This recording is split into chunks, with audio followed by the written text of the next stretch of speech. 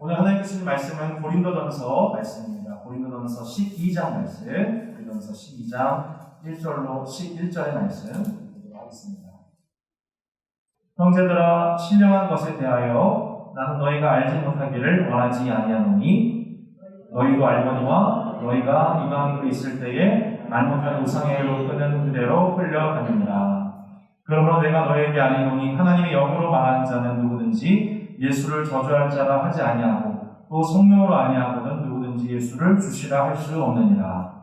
은사는 여러 가지나 성령은 같고 직분은 여러 가지나 주는 같으며 또 사역은 여러 가지나 모든 것을 모든 사람 가운데서 이루시는 하나님은 같으니 각 사람에게 성령을 나타내심은 유익하게 하려 하심이라.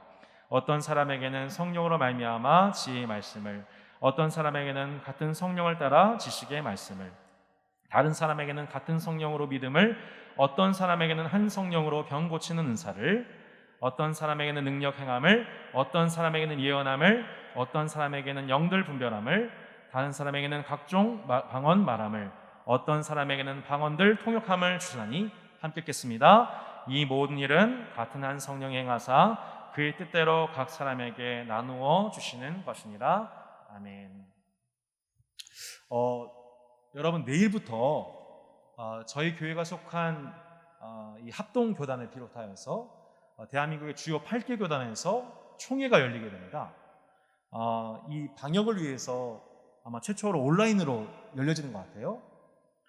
정광훈 씨의 이단성 조사 등의 중요 현안들을 다루는 매우 중요한 모임입니다.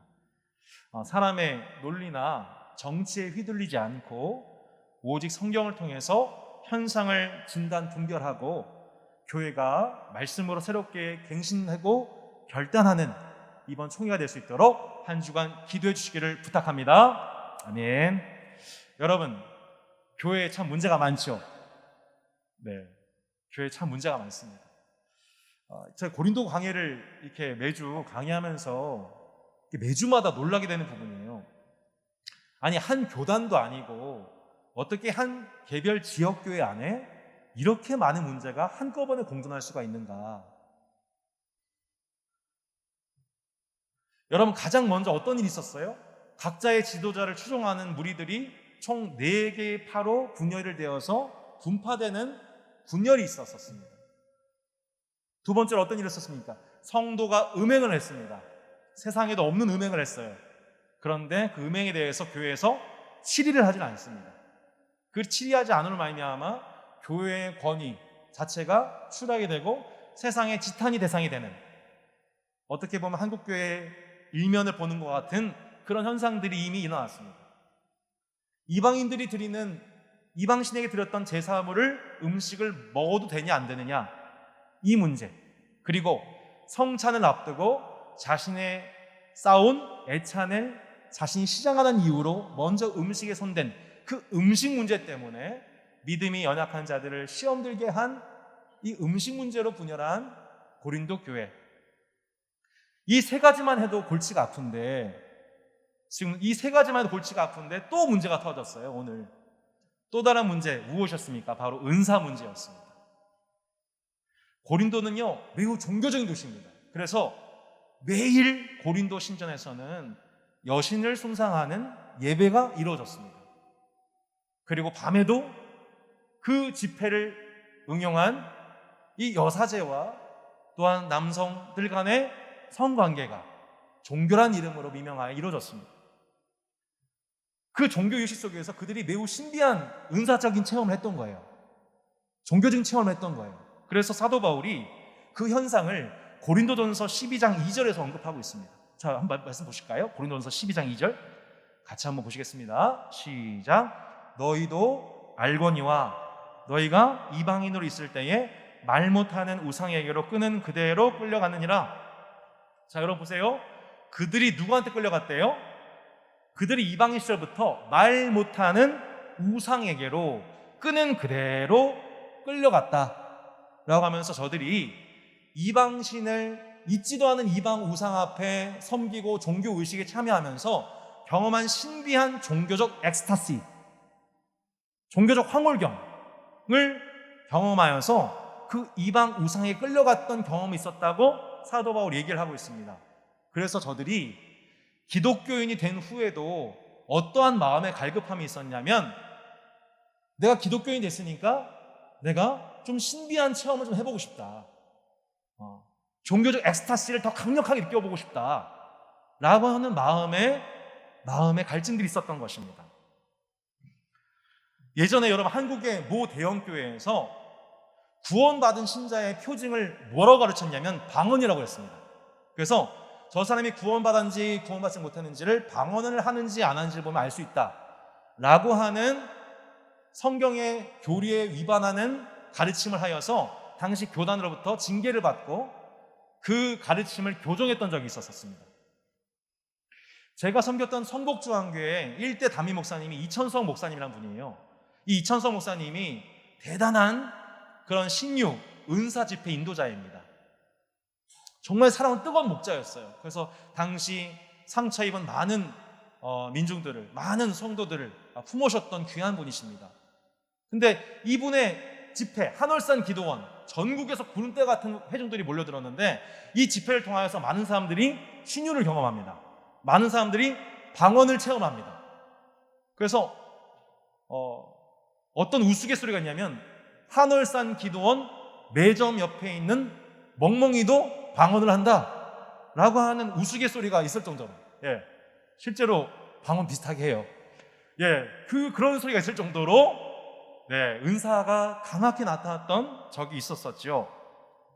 여러분, 은사주의적인 교회에서 자란 성도들에게 있어서 신앙생활에서 매우 중요한 부분이 뭐냐면 이런 겁니다.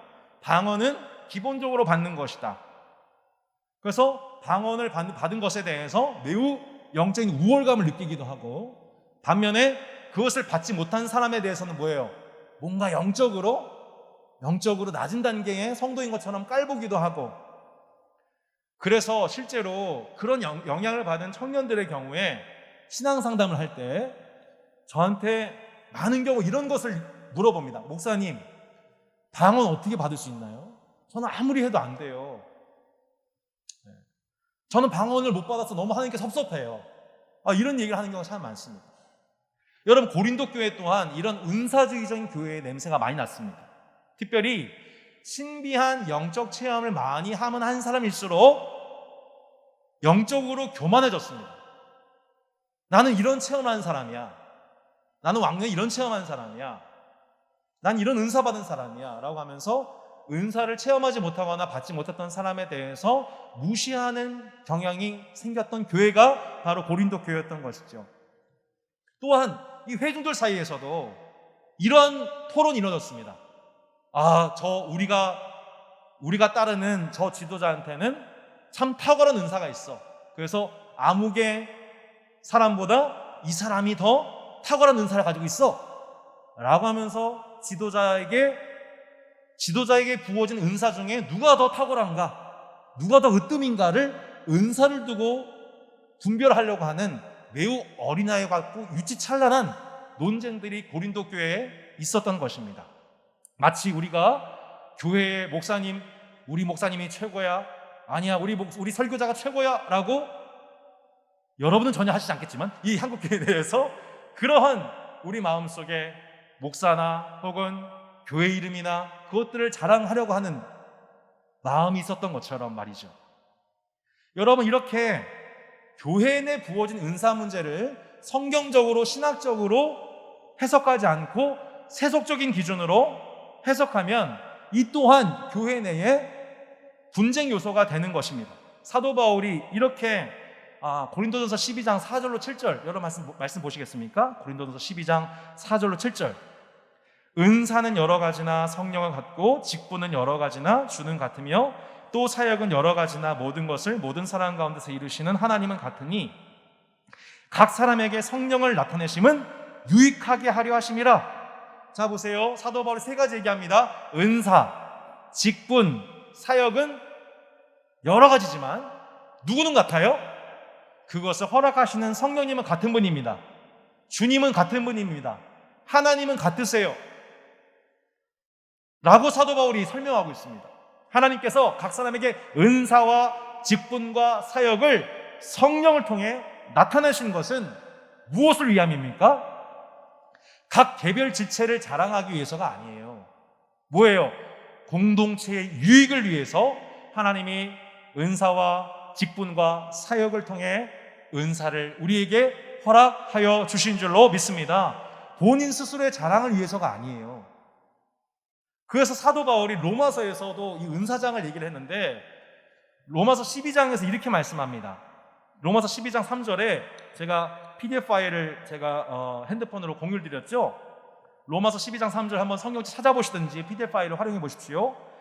내게 주신 은혜로 말미암아 내가 너희 각 사람에게 말하노니 마땅히 생각할 그 이상의 생각을 품지 말고 오직 하나님께서 각 사람에게 나눠주신 믿음의 분량대로 지혜롭게 생각하라. 자, 로마서 12장 6절 여러분 같이 한번 읽어보시겠습니다. 시작. 우리에게 주신 은혜대로 받은 은사가 각각 다르니 혹 예언이면 믿음의 분수대로. 뭐라고 나와 있어요? 우리에게 주신 은혜대로 받은 은사. 은혜대로 받은 은사. 여러분, 하나님이 여러분 각자에게 은사를 주셨습니까? 예, 그 은사가 주어진 이유가 뭐예요? 은혜가 있기 때문입니다. 여러분이 하나님의 은혜로 구원받았기 때문입니다. 하나님의 부르심의 은혜를 입었기 때문에 그 은혜 속에서 공동체 각 지체에게 무엇이 부어지는 거예요? 은사가 부어집니다. 은사가. 은혜가 은사보다 선행되는 겁니다. 나를 하나님의 자녀 삼아주신 은혜, 나를 교회 공동체로 불러주신 은혜, 이 은혜를 먼저 기억하고 그 은혜 안에서 내게 주어진 은사를 확인하는 것입니다. 자, 은사, 원어로 카리스라고 합니다. 여기서 카리스마라고 하는 단어가 나왔죠. 예. 이 카리스라는 단어가 뭐냐면 영어로 선물입니다. 기프트. 하나님이 우리 각자에게 기프트를 주신 거예요. 선물을 주신 거예요. 자, 이 선물을 왜 주셨을까요? 나 자랑하라고? 내가 이런 선물을 받았다는 거 자랑하려고가 아니고 그 선물을 가지고 공동체의 유익을 섬기라고 주신 것이 뭐예요? 은사인 것입니다. 그래서 공동체는 뭐냐? 교회는 뭐냐? 서로가 서로에게 선물이 되는 것입니다. 여러분 뭐라고요? 서로가 서로에게 선물이 되는 것. 이게 뭐예요? 교회 공동체입니다. 여러분 믿기지 않겠지만 옆에 분들에게 살짝 인사하겠습니다. 당신은 내게 주신 선물입니다. 인사하겠습니다. 시작. 당신은 내게 주신 선물입니다. 네. 별로 진정성도 안 느껴지고 감동도 없고. 네. 네. 여러분 교회 공동체는 어떤 것이에요? 은혜를 허락하신 하나님과 구속하신 예수님, 선물하신 성령님을 높이는 곳. 우리에게 이 모든 축복을 주신 하나님의 영광을 찬양하는 곳, 하나님의 영광을 자랑하는 곳이 교회입니다. 그래서 교회는 자기 자랑이 죽는 곳이에요. 뭐라고요? 자기 자랑이 죽는 곳이에요. 여기는 하나님의 영광을 높이는 곳입니다. 그리고 또 하나 있다면 서로에게 선물하신 지체를 서로 칭찬하는 곳. 자기 자랑은 죽고 하나님 자랑, 내게 허락하신 선물 지체 자랑하는 곳. 여러분 그것이 진정 교회의 모습인 것입니다. 제가 코로나 이 기간 지나면서 많은 목회자분들이 실제로 힘들어 하시고 저도 많은 분들이 이렇게 얘기하십니다. 목사님 많이 힘드시죠? 네, 목사 많이 힘드시죠? 예. 살도 좀 빠지신 것 같아요. 그건 다행이에요. 뭐 이러면서 이제 얘기를 하세요. 근데 실상 시간을 지나고 봤는데 역설적으로 제가 되게 행복합니다. 여러분 제발 믿어주세요. 이렇게 마스크 쓰셔서 무슨 시위하러 오신 분들 같아요. 이렇게 집단적으로. 그 행복한 이유가 뭔지를 봤더니 제 마음속에 따스한 교회 성도 한 분 한 분 생각할 때에 너무 자랑스러운 거예요. 한 분도 아멘은 안 하시지만 제 마음이 행복한 이유는 뭐냐면 내가 자랑할 분이 하나님이 계시고 내가 자랑할 성도들이 너무 많다는 것이 이게 너무 행복한 거예요. 특별히 제가 풍성한 삶의 기초를 하면서 이 6분 다음 주 수료를 하는데 이 6분 생각할 때에 마음이 너무 자랑스러운 거예요. 네. 근데 이 6분이 12주 과정을 마치면서 한 분 한 분이 은혜를 받은 해당 과가 있긴 한데 모든 분들이 공통적으로 은혜를 고백한 이게 내게 주신 은혜구나라고 고백한 그 해당 주제가 있어요. 그게 뭐냐면 그리스도의 다스림을 받는 공동체. 그리스도의 다스림을 받는 공동체. 이 해당과에 6명이 모두 은혜를 받으셨어요. 이 주제 안에 두 가지 과가 있어요. 그리스도의 다스림을 받는 공동체가 무엇이냐? 첫 번째, 형제 사랑을 뭐예요? 형제 사랑을 네, 형제 사랑을 웃기는 공동체? 네, 형제 사랑을 섬김의 도를 형제 사랑을 풍삼기 다시 하겠습니다. 할렐루야. 형제 사랑을 살아내는 공동체, 섬김의 도를 실현하는 공동체잖아요. 그렇죠? 다 기억하고 있었죠? 이 두 가지를 하면서 그렇구나. 하나님이 나를 개인적으로 별도로 구원하신 것만이 아니고 나를 공동체로 부르셨구나. 나를 주의 몸된 교회 공동체의 지체로 부르셨구나. 내가 은사를 가지고 주님을 섬겨야 되는구나. 이거를 공통적으로 고백하시는 거예요. 여러분, 지난 우리 2주 전에 벌써 2년 된 것 같아요. 우리 송민 형제, 김예은 자매가 결혼을 했습니다. 행복하시죠? 지금 벌써 웃음이 또 묻어납니다. 충만해요. 기운이 달라요. 이쪽 기운이 달라요. 여러분, 결혼이 한바탕 하면 취소될 뻔했습니다. 근데 두 사람 결혼이 극적으로 성사가 됐습니다. 이거 뭐예요? 하나님의 은혜죠. 아멘? 하나님의 은혜입니다. 하나님의 은혜. 근데 하나님의 은혜가 어떻게 드러나요? 하나님의 은혜가 어떻게 드러나냐면 은사통에 나타나요. 은사통이 드러납니다. 그 은혜와 더불어서 많은 분들의 은사들이 있었어요. 특별히 우리 서천변 전사님, 허영 형제님, 남동준 형제님, 이 세 분의 수고가 빛났습니다. 전사님이 찬양 영상 편집, 여러 컴퓨터 작업, 그냥 결혼식 1분 전까지 BGM 찾고, 입장곡 BGM 찾고 있고, 송 형제 기억하시기 바랍니다. 우리 허영 형제님 완전 PD였어요. PD, FD 결혼식 총괄해가지고 모든 것을 다 이렇게 채워가고 있었어요. 남동정 형제가 여러분 직장인입니다. 토요일에 그 쉬는 시간에 하루 종일 이 결혼식을 섬겼습니다. 이게 참석하신 모든 분들이 그러는 거예요. 내가 태어나서 경험해본 결혼식이 최고였다. 너무너무 좋았다. 하나님의 은혜라고 밖에는 표현이 안 돼요. 근데 그 하나님의 은혜가 어떻게 나타나냐? 각 지체에게 주신 은사를 통해서 드러난다는 거예요, 이게. 각자에게 주신 은사가 정말 다르고 다양합니다. 주례를 담당했던 저를 포함해서 만약 그 자리에 결혼식을 섬기는 이 4명이 은사가 똑같다고 생각해 보세요. 그러면 그 영광이 반감될 수밖에 없죠. 제가 그 결혼식 보면서 느꼈던 공동체를 이건 전율이에요, 전율.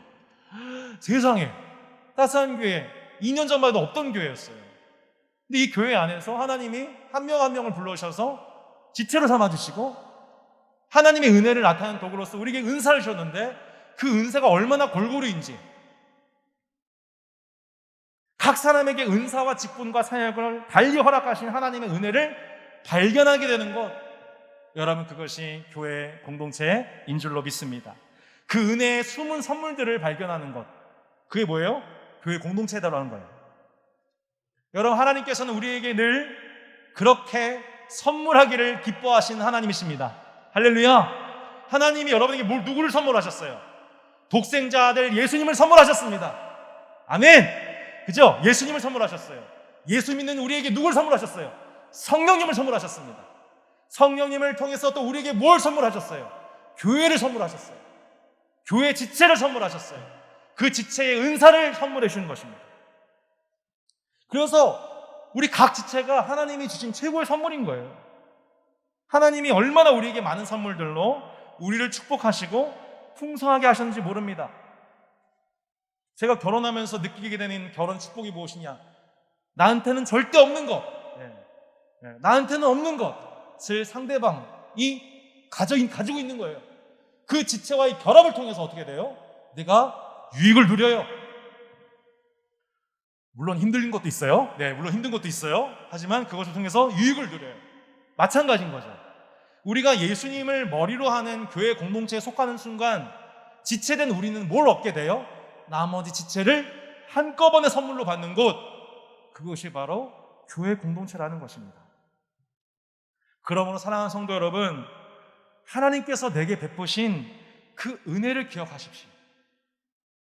하나님이 예수 그리스도를 내게 선물하신 것, 하나님이 성령님을 내게 선물하신 것, 그리고 교회 공동체를 선물하시고 지체의 은사를 통해서 나를 부유케 하신 이 은혜에 감사하는 저와 여러분 되기를 진심으로 소망합니다. 여러 지체들을 선물로 허락하심으로 내 부족함을 채우신 주님, 얼마나 고맙습니까? 저도 목회자로서 그것을 얼마나 많이 느낀지 모릅니다. 한 분 한 분이 다 선물이구나. 한 명 한 명이 왼수가 아니고 선물이구나.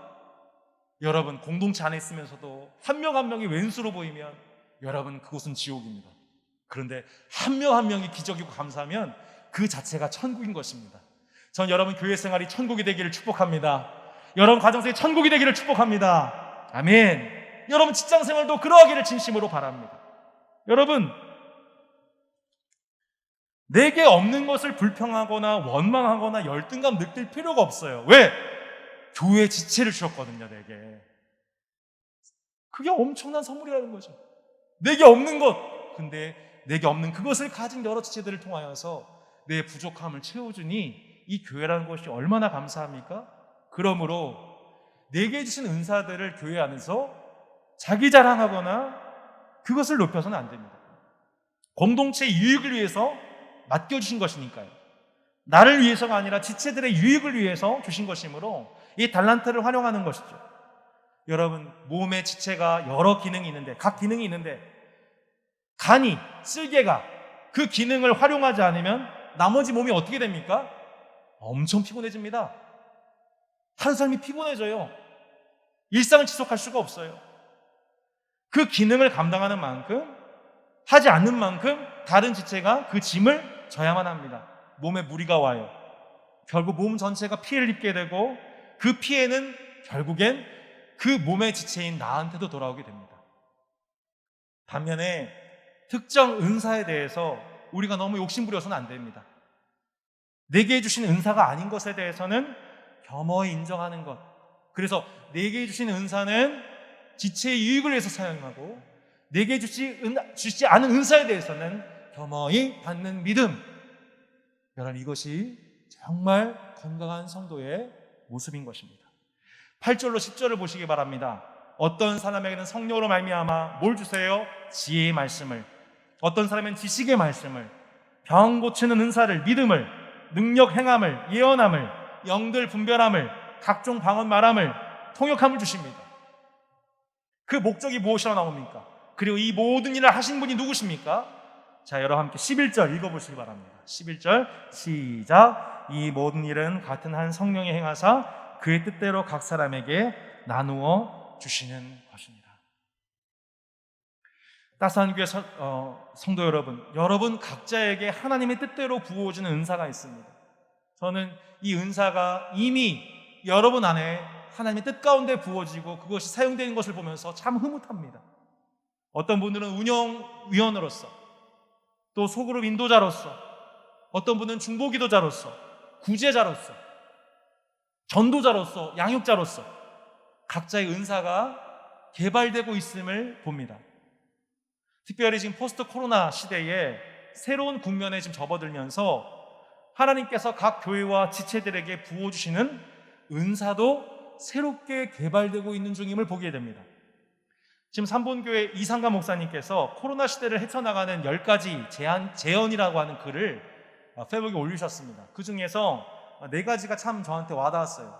첫 번째, SNS 사역으로 미래를 여는 길을 내야만 한다. 두 번째, 컨텐츠에 스피릿을 담아야 된다. 세 번째, 온라인 사역을 활성화하고 투자하라. 마지막, 그리고 그것을 온라인에서 오프라인으로 연결하라. 이것이 우리가 포스트 코로나 시대에 주목하고 감당해야 될 은사라는 거예요. 여러분, 오늘날 많은 이단들이 가장 많이 투자하고 많은 전도의 효과를 보는 것이 어디예요? SNS입니다.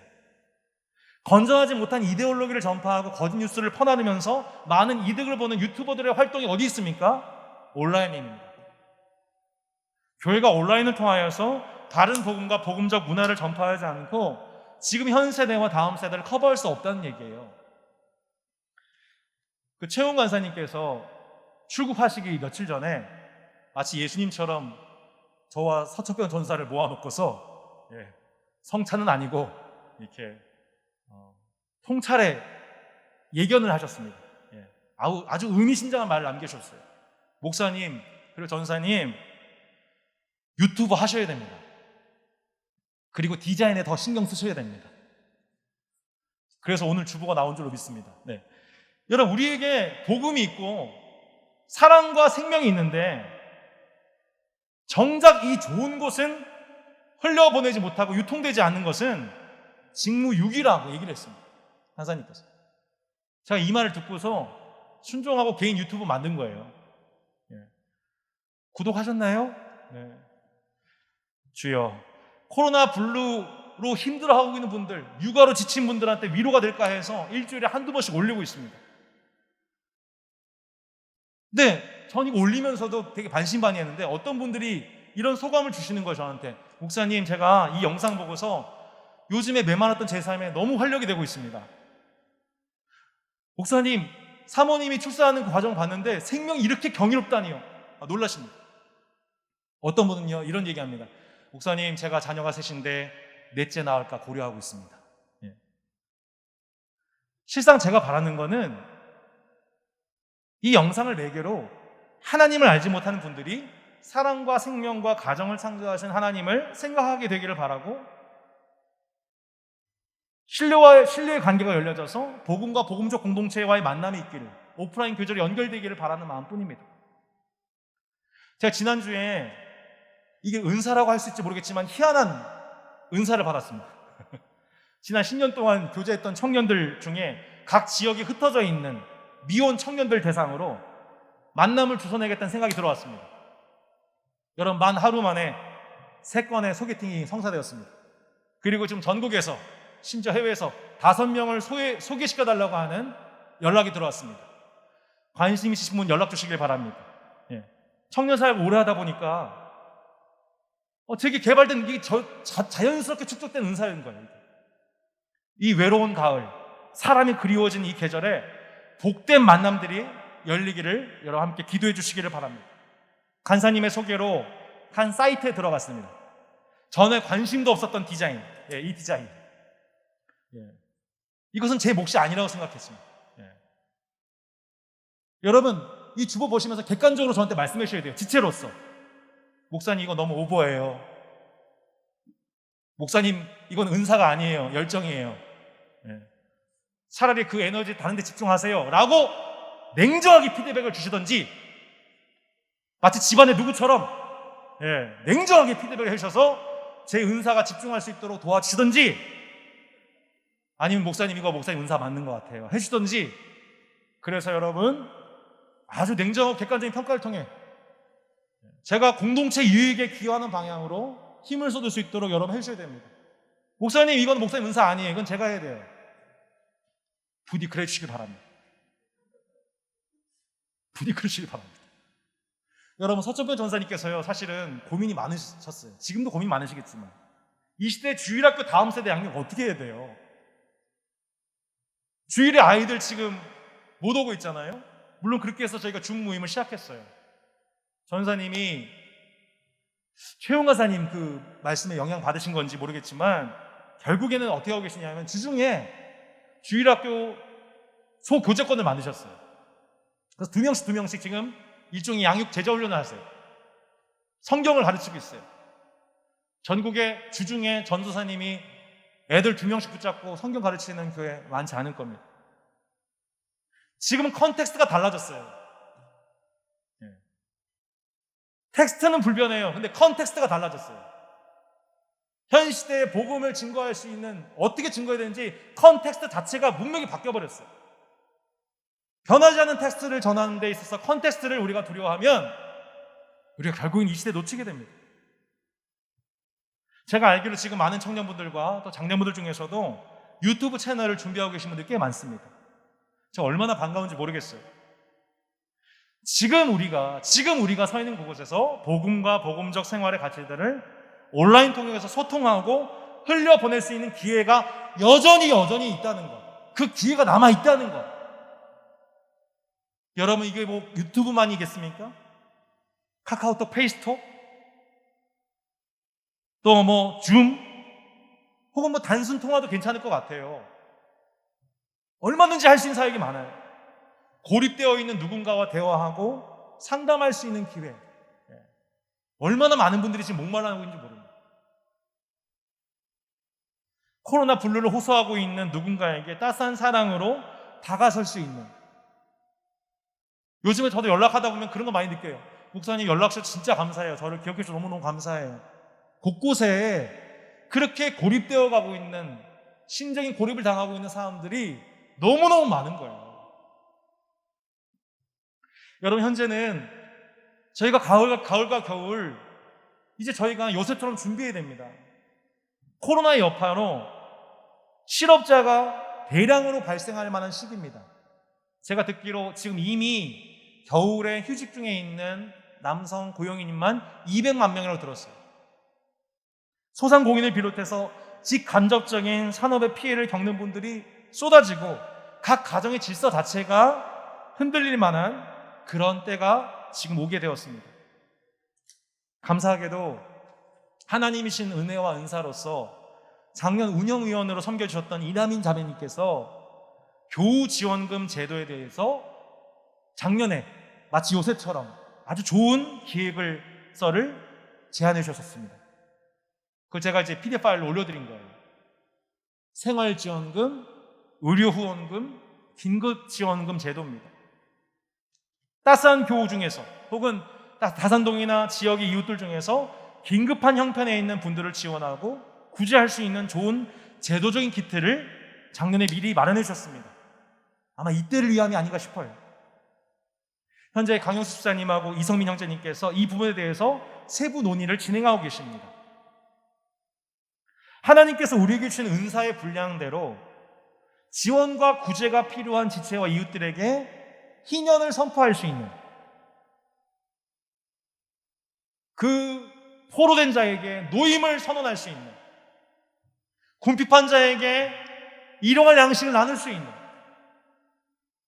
그래서 우리가 믿는 종교가 단순한 종교적 형식을 의지하는 종교가 아니라 진정한 금식, 진정한 예배, 진정한 기도는 그 형식에 있는 것이 아니라 이웃사랑의 실천에 있음을 우리가 선언하고 희년의 일부라도 감당할 수 있는, 여러분, 다산다산 교회, 우리 복된 교회가 되기를 진심으로 축복합니다. 베드로전서 5장 10절로 11절에 이렇게 말씀합니다.